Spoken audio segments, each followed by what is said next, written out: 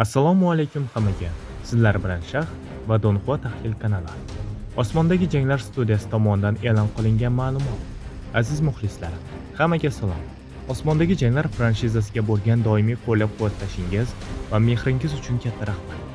Yakuniy qismlarga yaxshiroq tayyorgarlik ko'rish va tomoshangizni maroqli bo'lishini ta'minlash maqsadida bafurja muhokamalardan keyin 5-faslning qolgan qismlarini namoyish jadvaliga quyidagi o'zgartirishlarni kiritishga qaror qildik.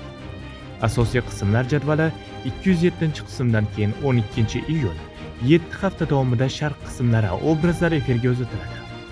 Asosiy qismlar namoyishi esa vaqtincha to'xtatiladi.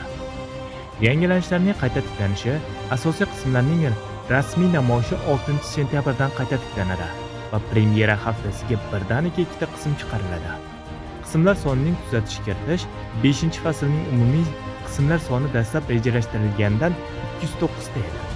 Endi esa 219 tagacha ko'paytirildi. Kichik tanaffusdan kelgusi uchrashuv yanada ajoyib bo'lishi uchun juda ham zarur.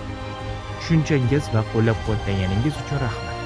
6-sentyabrda ko'rishguncha, deya post qoldirgan Osmondagi janglar rejissyori. Bu xabar kim uchundir yaxshi, kim uchundir yomon bo'lishi mumkin. Nima bo'lganda ham hammaga rahmat va omad.